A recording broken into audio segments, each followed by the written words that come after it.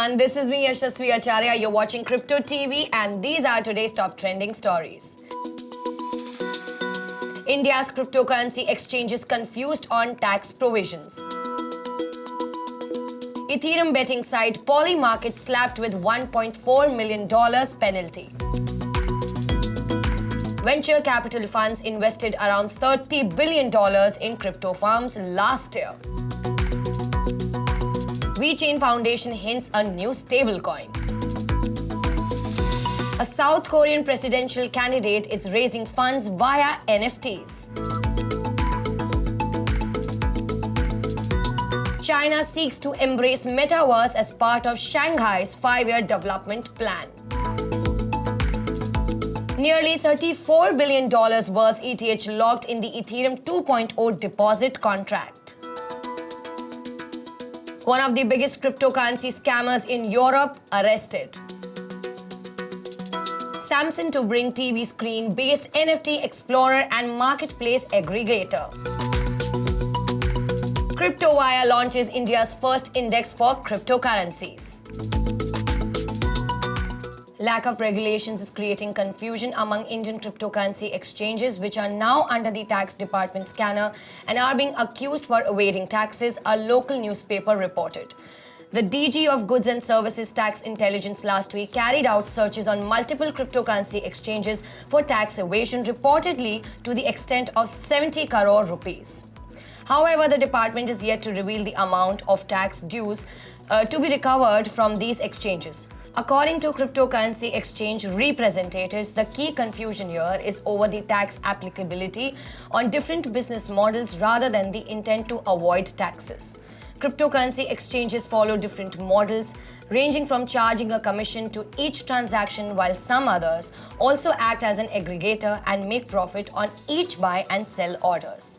Lack of regulation is adding to the confusion on likely taxes to be charged from different business models or kind of services offered by cryptocurrency exchanges. The report said, citing exchange officials. Polymarket, a cryptocurrency betting website, was planned $1.4 million by the Commodity Futures Trading Commission for allowing people to make bets without being registered. According to the regulator, Polymarket offered off-exchange event-based binary options contracts and had failed to obtain license as a designated contract market or registration as a swap execution facility. CFTC has asked Polymarket to shut the betting operations by January 14th. Polymarket allows users to make simple yes or no bets with cryptocurrencies on a number of different topics, which included topics. The CFTC said the Polymarket had been illegally offering event-based binary options since June 2020, and the platform had offered 900 different event markets. With corporate investors seeing the opportunities associated with cryptocurrencies, a report revealed that the venture capital funding jumped more than 400% in 2021, from a year ago to $30 billion.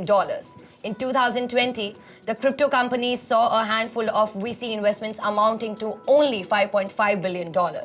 According to a report from CryptoQuant, majority of the funding came in October after the United States Securities and Exchange Commission approved the first Bitcoin futures exchange traded fund. Some of these significant fundraising companies include NYDIG's $1 billion equity funding round led by Westcap in December and Celsius Networks' $750 million Series B funding round in November. The WeChain Foundation, via their official Twitter handle, hinted at the possible release of a new native stablecoin called WeUST. The foundation gave scant details on this new product, but announced to its followers that it will be something special, something that will allow it to take WeChain Thor to the next level in multiple ways. According to reports, the stablecoin WeUST will be a tool to unleash DeFi capabilities for the WeChain ecosystem.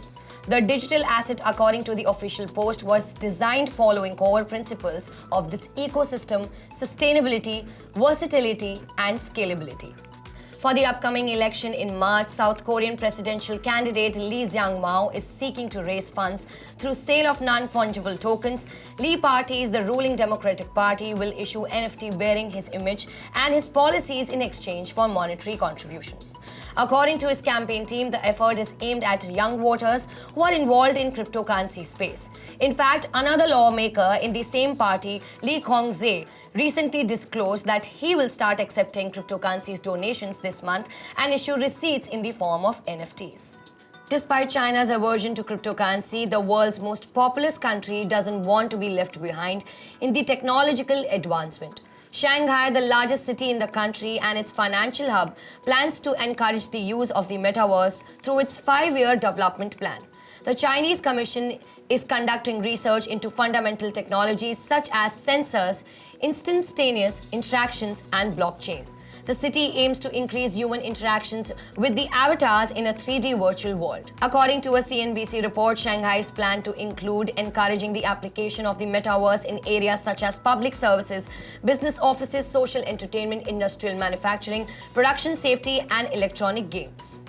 An estimated 8.8 million ETH is logged in the Ethereum 2.0 deposit contract, accounting for more than 7% of the total ETH supply, according to the recent data shared from Glassnode. The total value of staked ETH is approximately over $33.7 billion at current market prices, representing a 70% increase since June last year. It is estimated that the total number of unique depositors has also more than doubled to 59,867 from 27,132 in June. The number of validators joined the network also jumped to 276,197 from 152,000 validators during the same period. This is an indicator that the investors and the Ethereum community are bullish on the native token in the long term, as both deposits and rewards can be withdrawn after phase 1.5 of network upgrade goes live.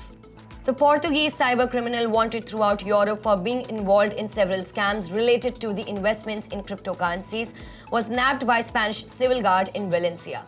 The authorities blocked bank accounts worth more than 2.5 million euros of the 45-year-old man whose identity has been withheld. The funds are being presumed to have been obtained through multiple scams in several European countries. The fraudster was operating in Spain through a web platform where he offered minimum earnings of up to 2.5% per week, depending on the amount invested. He advertised his schemes through various forums, including using the media, sporting events, and charity actions. Samsung, one of the world's largest electronic manufacturers, has announced television support for non-fungible tokens in its 2022 lineup as the blockchain-based NFTs expand globally, including in India.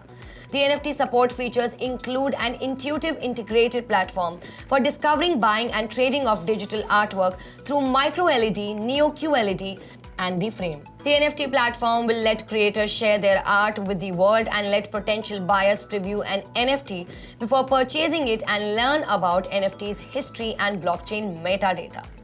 The company will reveal more details about the NFT platform in the coming months. Non-fungible tokens are unique digital assets created through a use of blockchain technology.